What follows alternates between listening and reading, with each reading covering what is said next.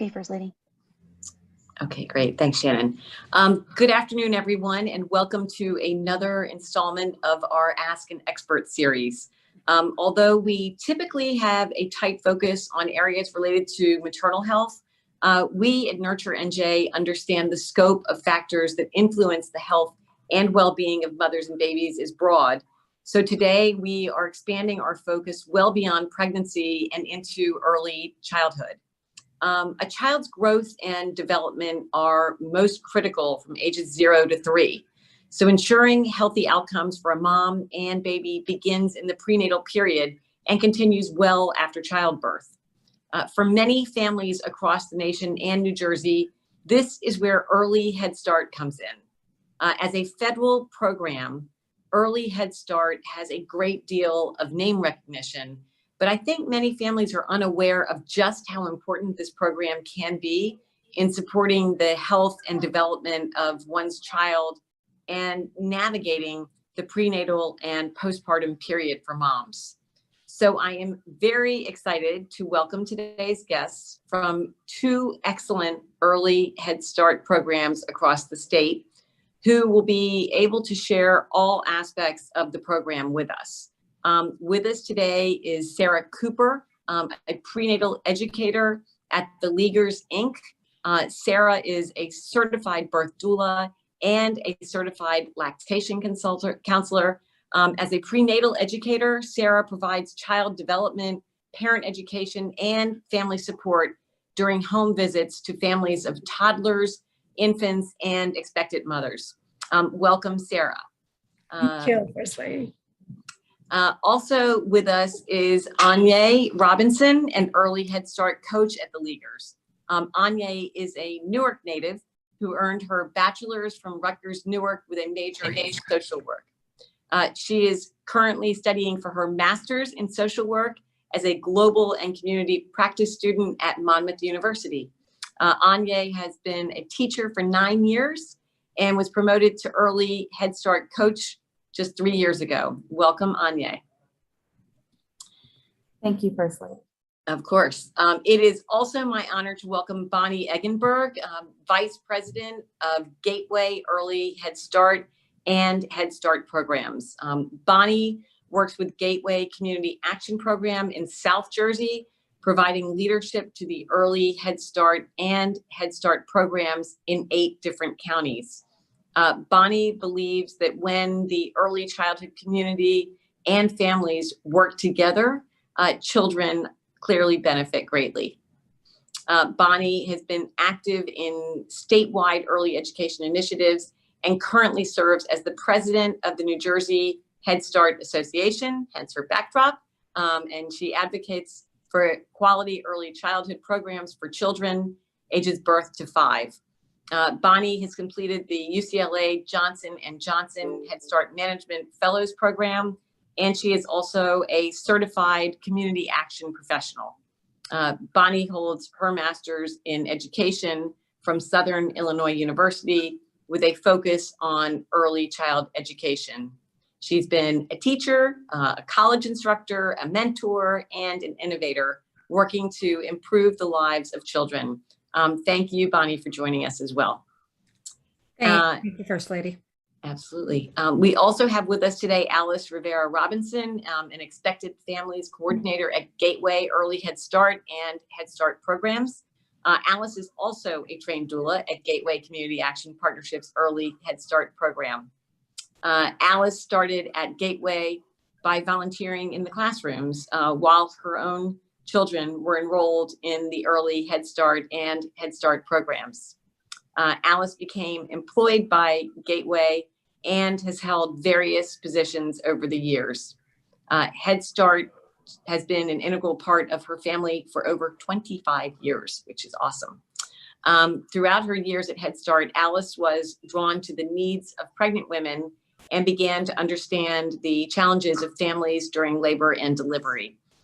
This grew into a passion for addressing the needs of people of color and ultimately leading to her pursuit of a career in birth work as a doula.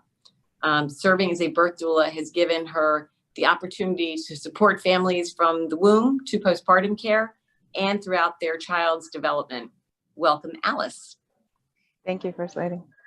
Of course. And finally, we also have Baiyinah Wright with us. Baiyinah is a longtime Newark resident and currently attends Rutgers Newark campus, where she is studying public affairs and public administration.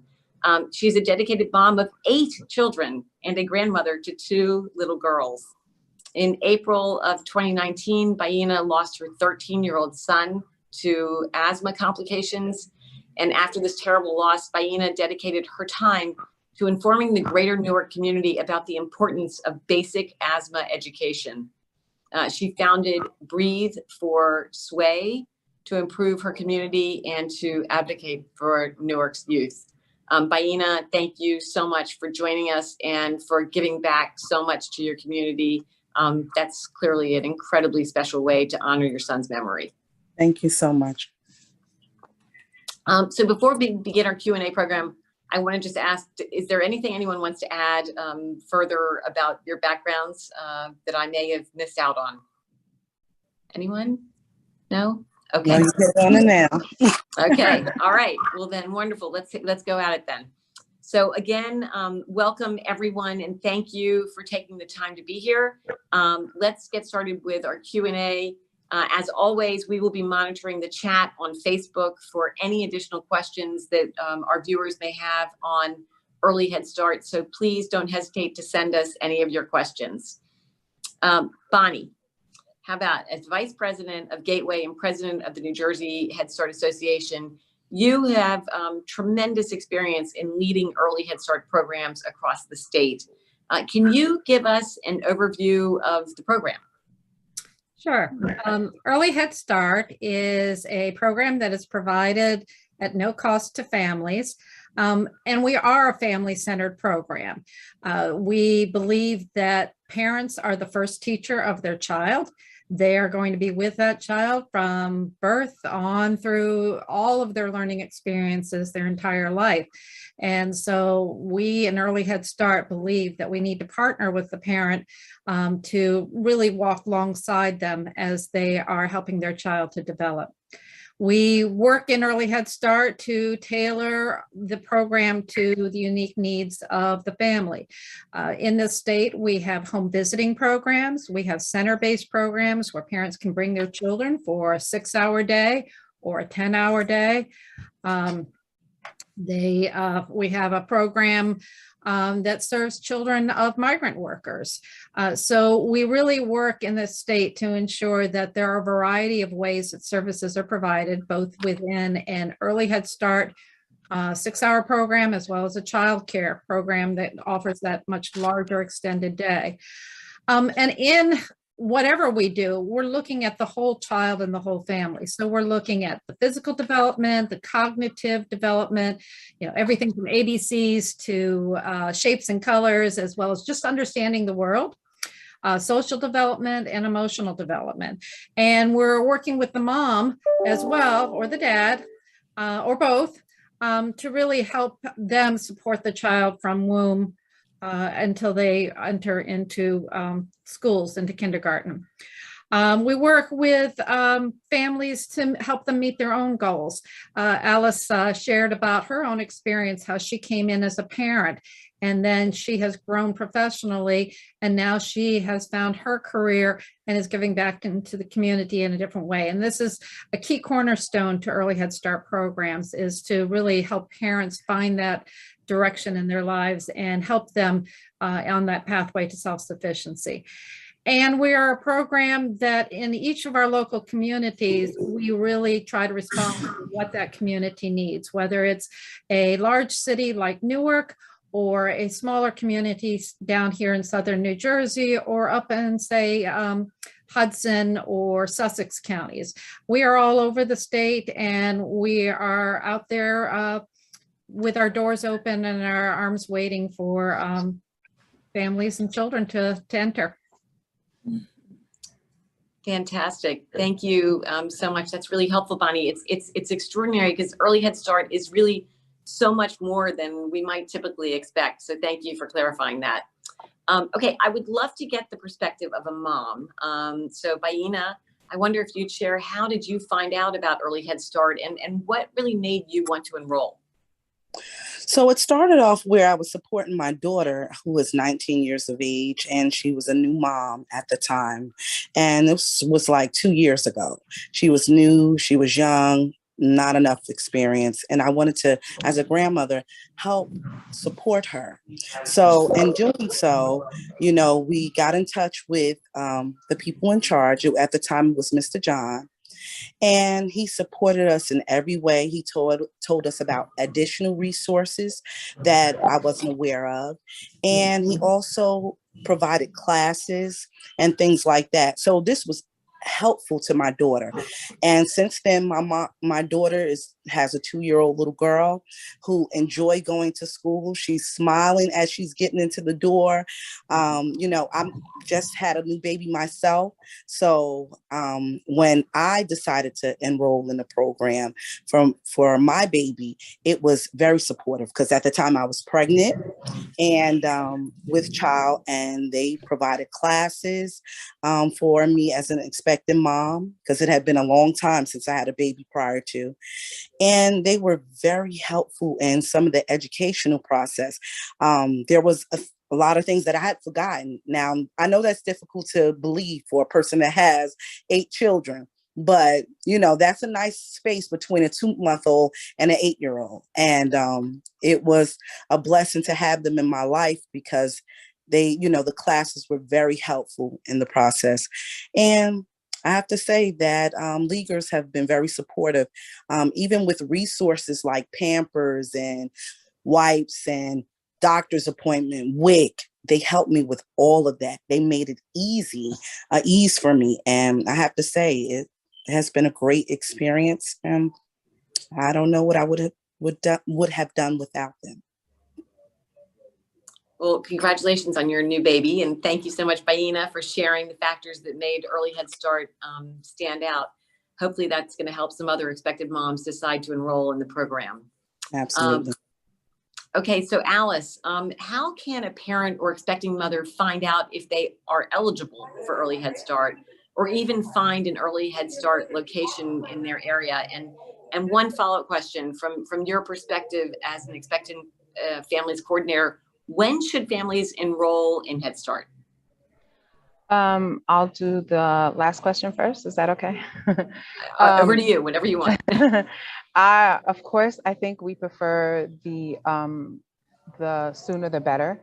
The earlier that we get connected with mom and family, the longer and the better it is. I feel like I get to establish a relationship with the family and get to know some of the resources that they may need, and help them with that process from the beginning of pregnancy to beyond, when postpartum wise. So I do feel like that is most beneficial. As soon as they find out, the better. And also, to find a local Head Start, if we are online, you can look at the Head Start Association online, New Jersey Head Start Association. But a lot of times our Head Starts are in the communities where they are needed. So we always have our New Jersey Head Start banners where you can find them in our local communities. And a lot of it is word of mouth. Most of the time we connect with someone that is within our own community. Most of the time we hire from the community and from our experiences, such as I started out volunteering and then we hire. So I feel like Head Start is very unique in that way when it comes to organizations and agencies, because we are really hiring within the community and we are helping our community. So I find that it's really mostly word of mouth and sharing our experiences with our families and our expectant families, along with postpartum families. Thank you so much, Alice. You heard it from the horse's mouth. She says, as soon as you know you're pregnant, you should reach out. So I think that's really helpful advice. Okay, so this question is for Onyea. As an early Head Start coach, what do you see as the biggest obstacle for families enrolled in the program? Hi. So the biggest obstacle that I see for the parents that are enrolled in a program is just really understanding like the development of their children. Sometimes they may not understand the concept of the development that their children go through inside the classroom. I know at times, parents tend to think that their children is just in early child care and it's just at play, but not actually realizing that the teachers do hit the main points for the children's development, such as social emotional skills, the physical, the cognitive, the literacy. And also now with COVID happening and restricting the parents from actually coming in and having that open door policy and engagement is like a really big obstacle as of right now, because everything is like virtue. They really don't get the experience of, meeting the teachers, really seeing how their children are developing in the classroom, going in and actually volunteering and implementing the skills that the teachers are doing and at home. So I think that is like one of their biggest obstacles right now for them. Makes sense. Okay, thank you so much for that insight, Onyea. There is still a great deal of work that we have to do to support our families, for sure. Okay, my next question is for both Alice and Sarah. You both wear many hats, so I wonder if you could tell us what your experience has been providing care to early Head Start families through your many and varied roles. Alice, you want to kick us off? Yes. Should I share an experience that I had recently? That's fine. I was going to ask you about an experience later. So no, we'll wait. Right I'll wait then. Go right ahead. I think one of the biggest things that we have with the families is basically, I'm sorry, I think I missed. Can you repeat the question? I apologize. Yeah, just basically what has been, you wear a lot of hats there. So I'm just wondering what's your experience been like at Early Head Start from a personal vantage point? Wearing many hats is fun. I try to take them off once at a time, but that doesn't always happen. So I think being flexible and being open helps me personally, and trying to help our families, and being, even when I give you an example, trying to say, I'm only going to answer my phone 9 to 5. That doesn't always happen. And so when the family is in need, I would like to say 9 to 5, but that doesn't always happen. But knowing that I'm helping someone gives me satisfaction. And I also just try to do the best that I can with the knowledge that I have for our families. Great. All right, Sarah?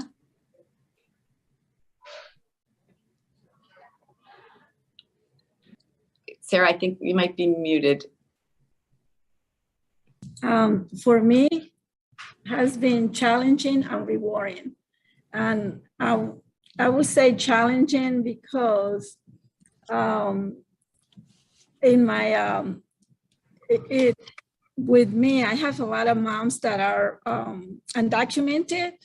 And sometimes when they come to the country, they have a whole different aspect of what the help is provided for the moms.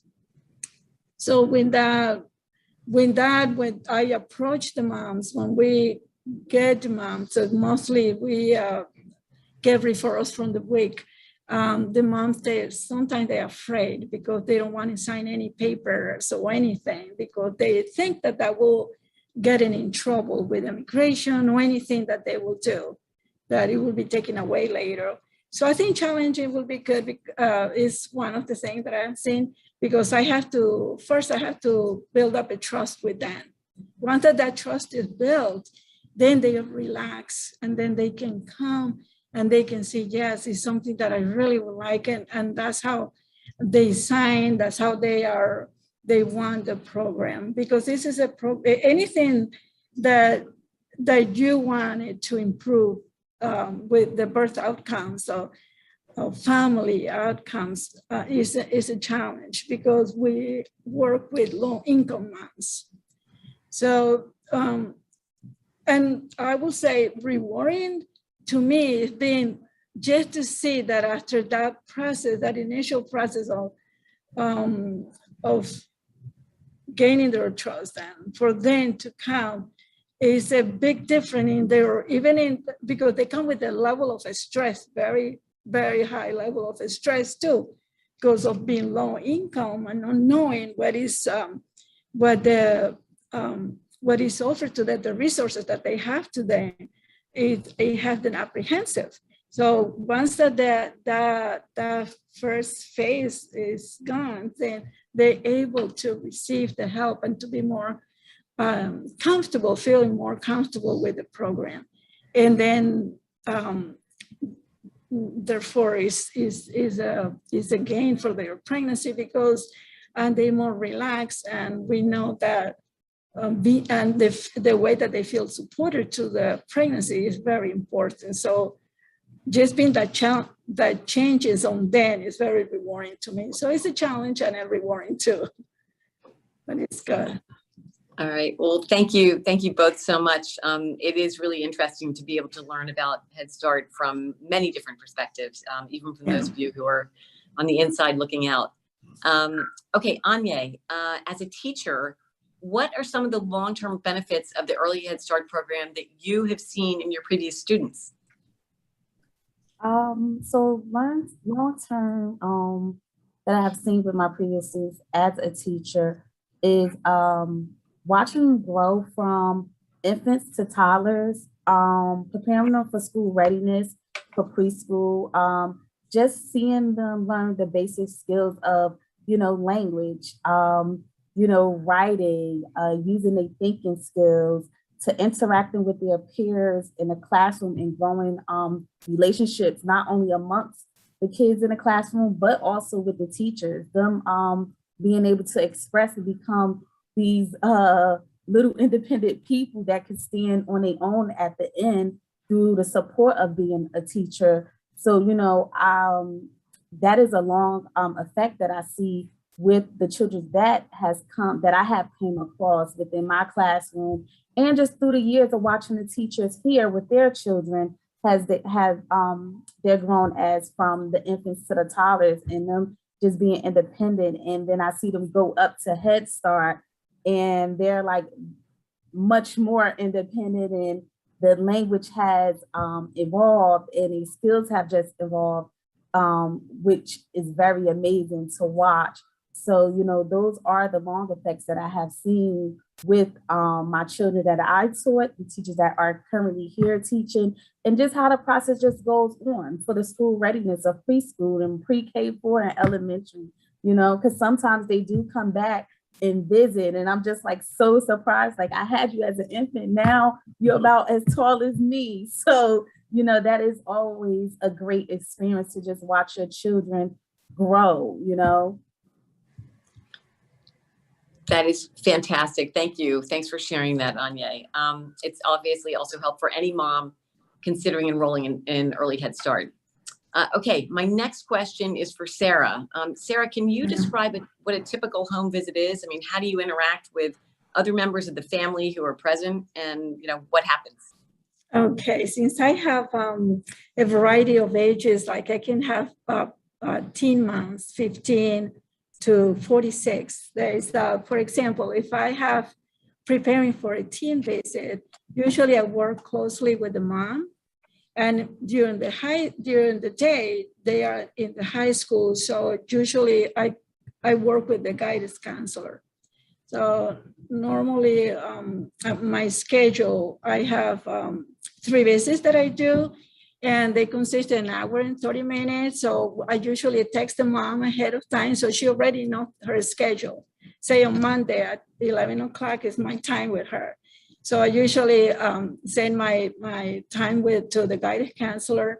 And when I arrived, I have I prepare my topic for her. Sometimes moms have things that they're going through and they will tell me, okay, would like some information on this topic, say gestational diabetes or anything that they concern. So I prepare for that topic and I bring additional information for them and I share with them. But the day of the appointment, I usually call the guidance counselor. And as I go there, I see him and they lead us to a room where we be sometimes as a group with few teenagers or just one individually. And I explain her the topic. She shares, she opens and she says what her concerns are. And that's with the teenagers. But if I have a mom say that she's at home, again, we usually, my routine is I call her ahead of time. She knows the schedule. I prepare that topic, prenatal topic, according to the time of her pregnancy. Sometimes we usually break that. Sometimes they come in the second trimester, on the third trimester. So we follow a curriculum that we follow, and it's called Baby Basics. And we usually take the information from that curriculum, we share with her. And we also bring, along with that, we bring the resources that she might have asked prior to the visit. And also sometimes the husband is present and he can be involved and ask questions and he participates too. The same thing with children's in the house. We have additional information for the children. If the child is like in that age that is for Head Start, we try to make all these facilitate information for the mother to have her son enroll in the Head Start program if she wants it. But typically it goes at home or usually at the school, and the family at home mostly they participate, and the children as well too. Fantastic. I cannot believe this, but we've only got 2 minutes left. So I'm going to do a quick buzzer round and ask each of you if you can be really short and give me some answers on a couple things. So Baiyinah, given that you are both a mom and a grandmom who's enrolled with Early Head Start, I wonder if you can tell us what services you have found the most useful.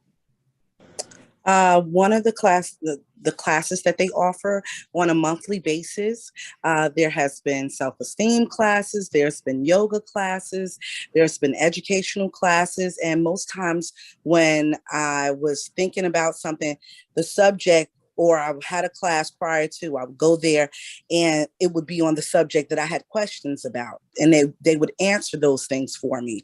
Some of the other things that I found that was very helpful for me and my family is also potty training for my granddaughter, because she's 2 years old.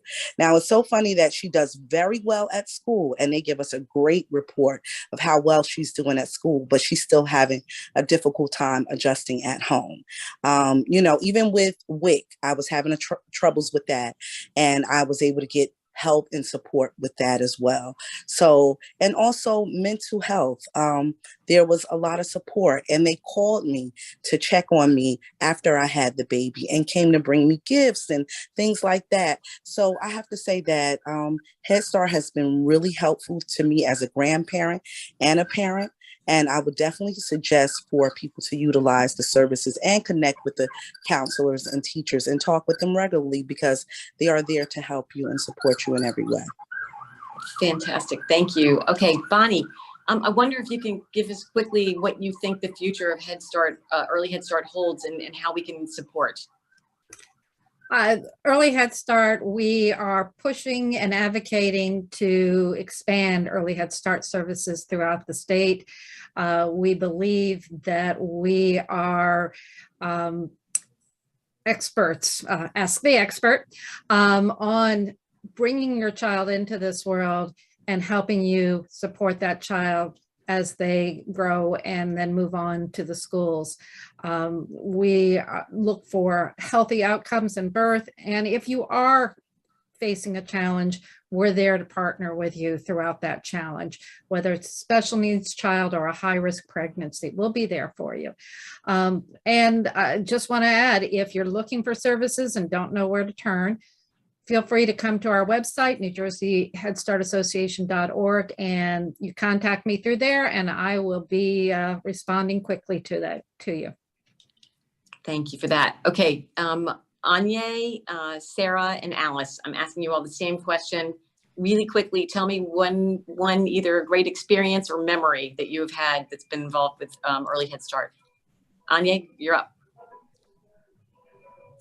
So my greatest experience with Early Head Start was just watching and being with the kids from infant through toddlers, and also working with the wonderful staff that is here that supports you through the education with the families, the moms and the dads. So it's always a great experience being hands-on, especially involving the parents into it.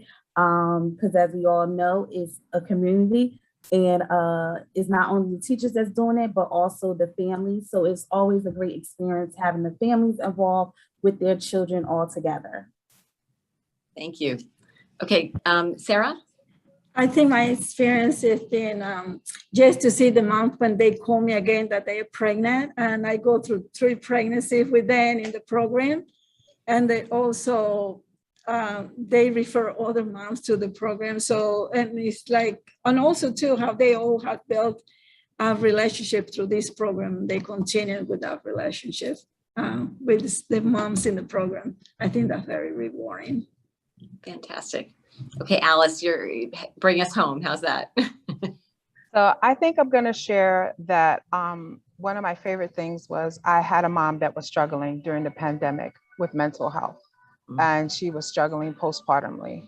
And to say that she, through our conversations and through key points of our curriculum, we were able to establish that there might be something going on. And her taking advantage of the mental health that we have at our agency, the therapy that we have in our agency, and see her go through those sessions and then coming to me and telling me how she was grateful that she was able to overcome some of that.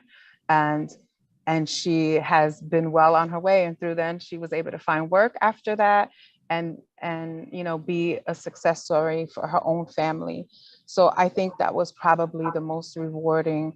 I have been blessed with having the rewards of my families, but that probably was one of my best.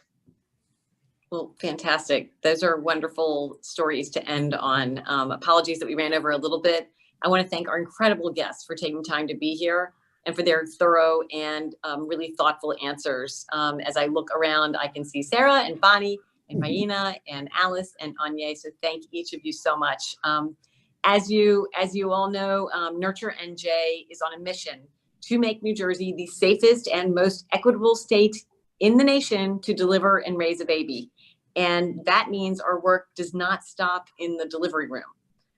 As our guests so helpfully shared, Early Head Start is an incredible program creating lifelong benefits for both children and their moms, emotionally, developmentally, and academically. If you have more questions that we didn't get to, please visit NewJerseyHeadStartAssociation.org, NewJerseyHeadStartAssociation.org. And as always, I would encourage anyone watching to please share this video on your social media channels. You really never know who you might be helping. Thank you again for joining us, and have a great day.